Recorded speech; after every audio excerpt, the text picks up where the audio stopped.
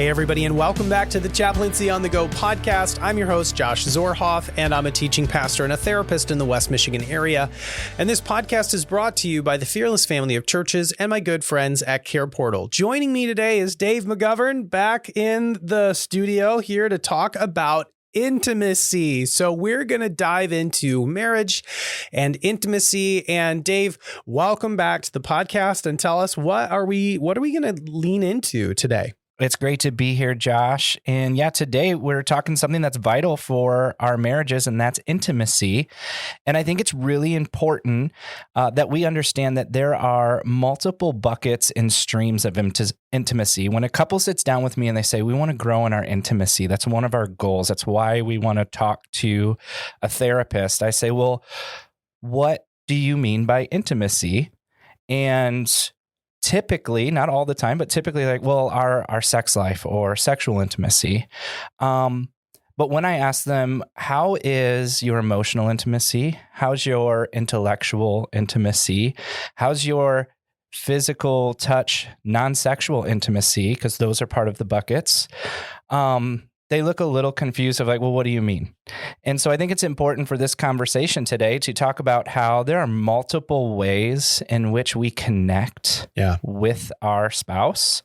And every story's different, every couple's different.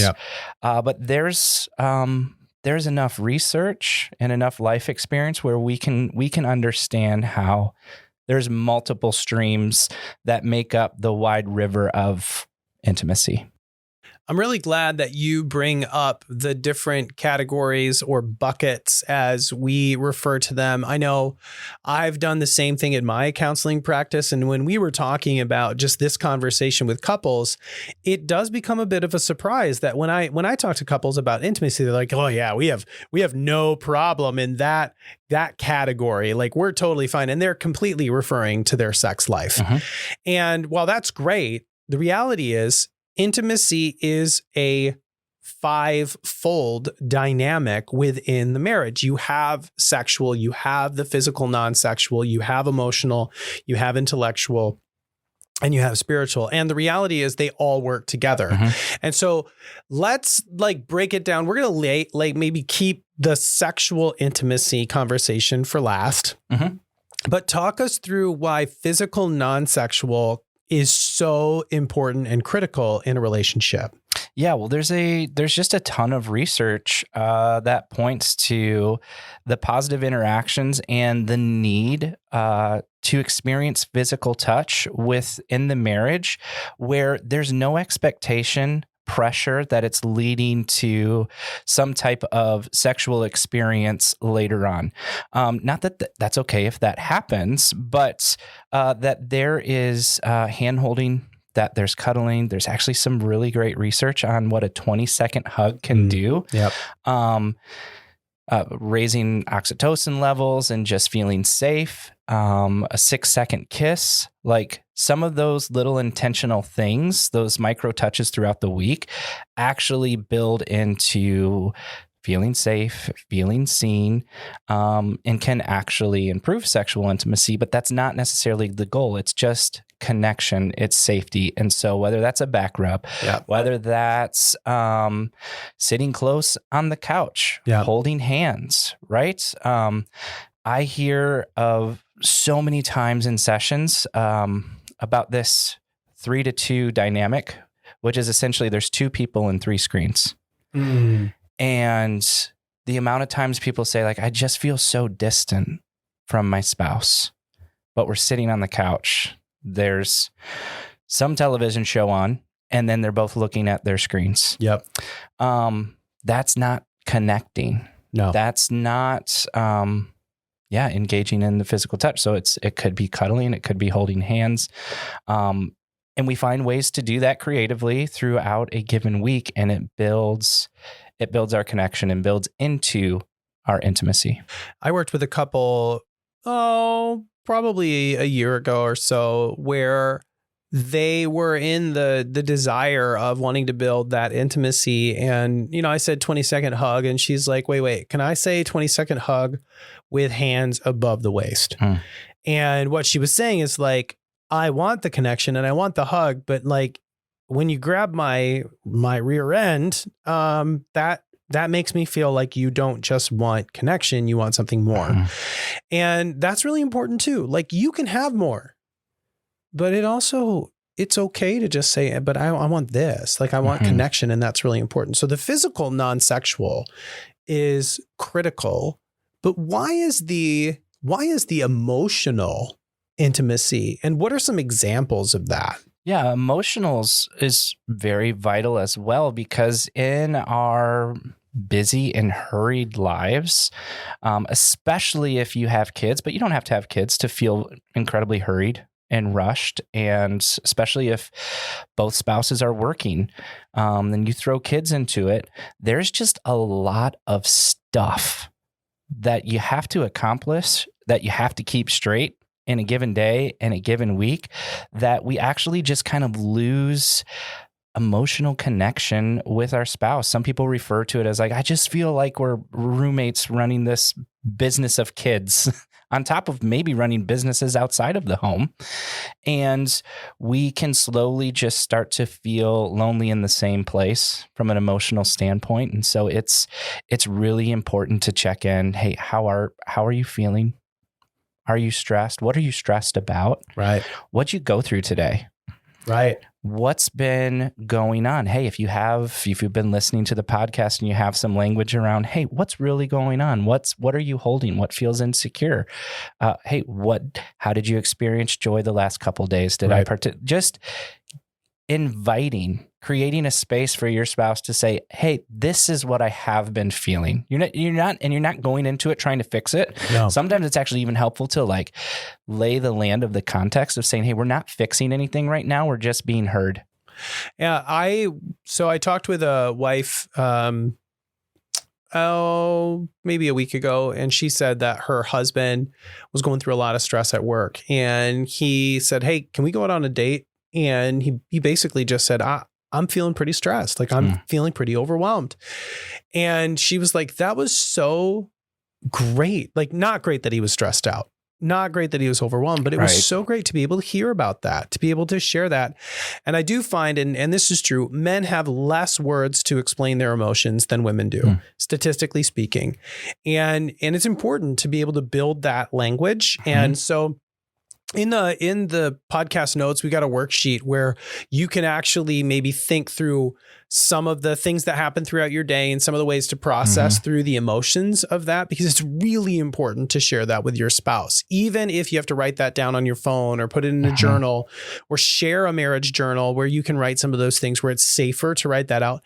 Sharing your emotions is critical to keeping that relationship going. At the same time, having an intellectual intimacy where you're sharing new things that you're learning, sharing something you heard in a podcast or something you read or something that you watched on the news or something that you learned throughout the day, or maybe a new training program that they have at work. I mean, Christy will often share with me things that, she's learning about, whether she's the co-president of the Teachers Association or the Teachers Union. And so she'll share with me new things that she's learning about the contract or new things that she's learning about the way that like contract negotiation works or whatever that is. And those are what some psychologists call bids for connection, where she shares information and I have this perspective of like, hey, tell me more about that. Yeah. I want to learn more about that. And sometimes I'll get all nerdy on Star Wars or something like that. And she'll, play along and say, well, tell me more about that. I mean, she's learned a lot more about Star Wars and superheroes in the last few years. I remember when I got into barbecue and I was like, yeah, I want to try these new recipes and do this, buy this wood and all of this. And, she really didn't care, but she said, tell me more. And it was a way for us to grow in our intellectual intimacy. Yeah. And you bring up a really important point that all of those bids for connection are invitations to connect, which build into our intimacy. Because when there's a bit of connection, we can say like, I don't want to talk about that, or that sounds stupid, or ignore it. Right? Like we're there, but we're not there. And so I think it's important, especially with the intellectual intimacy, to understand that you're wanting to understand why your spouse likes something, what it does for them, it does not mean that you have to adopt or join in and participate in all the hobbies, interests that your spouse has, right? Like, so Christy doesn't have to become a barbecue master. No. You don't have to join the board at the school that she's on, right? No. Or if you're really into tying your own flies and fly fishing, your spouse doesn't have to do that with you. But what's really key is sharing, like, why? What is it? When did you start enjoying Star Wars? When did someone start fly fishing? What does it do for them, right? And it helps you understand and see your spouse. And so whether it's a podcast or a book or anything interesting that you kind of just have imagination about, for you to be able to say why it's moving to you, why it's exciting, and for your spouse to hear that and to say, oh man, tell me more. What are you going to do with that? Or why is that interesting? Totally. Is really, really helpful conversations. And they can actually build into even sharing the emotional side of, like, this is what I feel like when I don't know, when I get a sweet new lightsaber, this is why it's cool. And what's fun about that?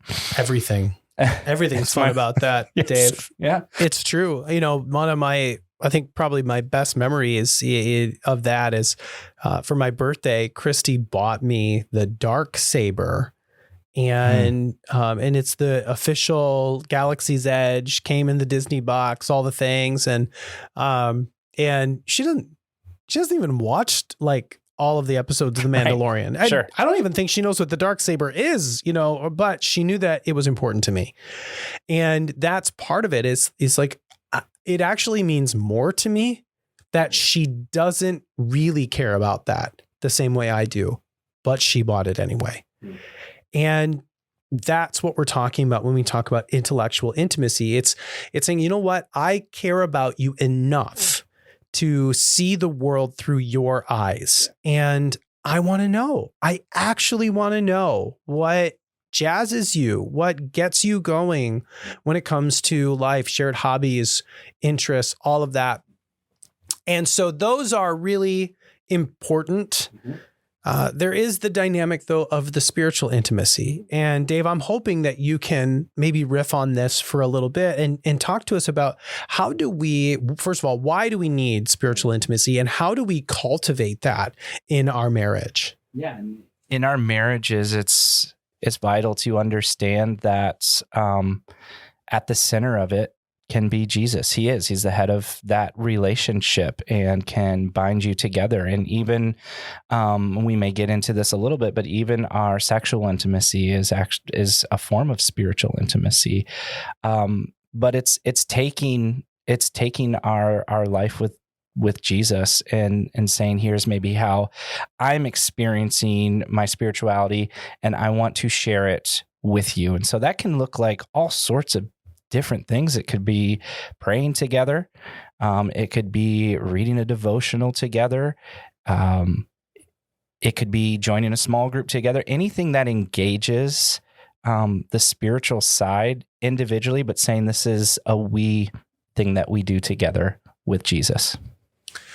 So when we want to grow in our spiritual intimacy, praying together, reading the Bible together, listening to worship together, going to church together, serving together, being in community groups, essentially what we're saying is that we are pursuing Jesus together. Right. And I heard it once said, maybe you've seen the triangle too, of like, if I'm over here and my spouse is over here and we're pursuing Jesus together, then we're also getting closer to each other.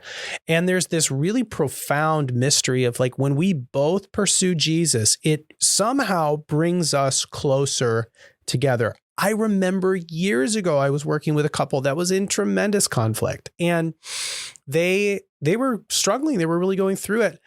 And they started going to church together. They had never been to church together, and they started attending a church service together. And within 2 weeks, their whole relationship dynamic changed. I mean, the next time I saw them, they were like bouncing practically into the church holding hands.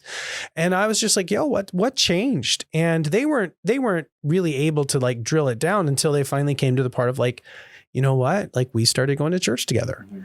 And I'm not saying that that is going to be your, end all be all. I'm not saying that that's going to just completely fix all of the problems. I am saying, however, and research backs this up, that 1 out of 2,100 couples that regularly pray together and pursue Jesus together, their marriage ends in divorce. 1 out of 2,100. I mean, it is less than 1%.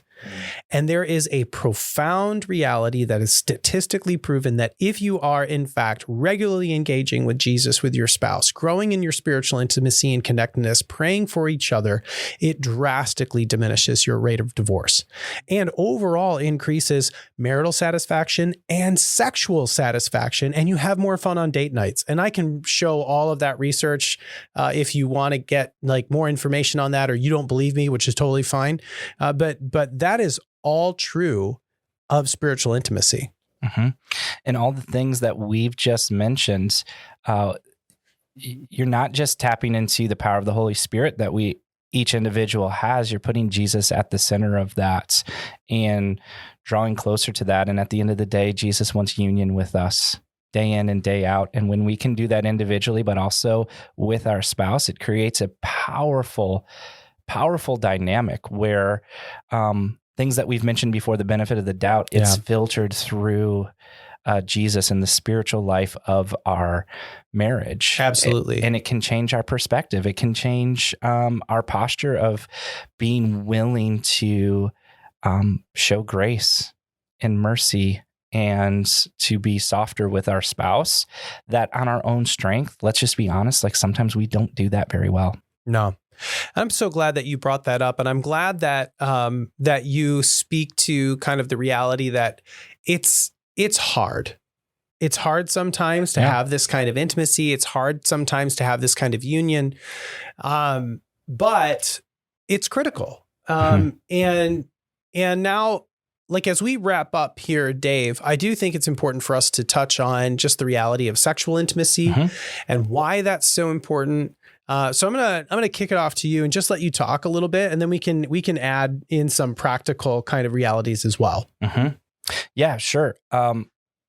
Like I said earlier, I think sexual intimacy is actually a form of spiritual intimacy. There are theologians who have said that we were, as humans, we were sexual before we were sinful. That this is sort of tied into the fabric of this marriage blessing, is that we get to be drawn back to our spouse, and that we have a physical and spiritual sexual experience with them that draws us back together. There's some Hebrew words that it actually means to fuse together. And so that's this deeply worshipful and spiritual experience that also can be pleasurable and fun. I love that. And as we're wrapping up here, I just want to touch on the fact that all of these work together. Sexual, physical, non-sexual, emotional, intellectual, spiritual, they all run together. They are all vital components of a healthy, thriving, intimate relationship. And if you're wanting to grow in these areas, again, we have the worksheet that's available to you. There's a lot more in the resources that are available in that with the podcast notes. And we'd love to continue on this conversation, and we will, as we talk about ways to grow spiritually with your spouse in our next episode. But for now, if you've got any questions on this, feel free to email us at fearlessfollower, chaplaincy@fearlessfollower.org, or go to our website, fearlesschaplaincy.org. And if you've got any questions for Dave or for me, we'd love to continue to connect on that and help with that in any way. That's all we have for you now. We will talk with you later.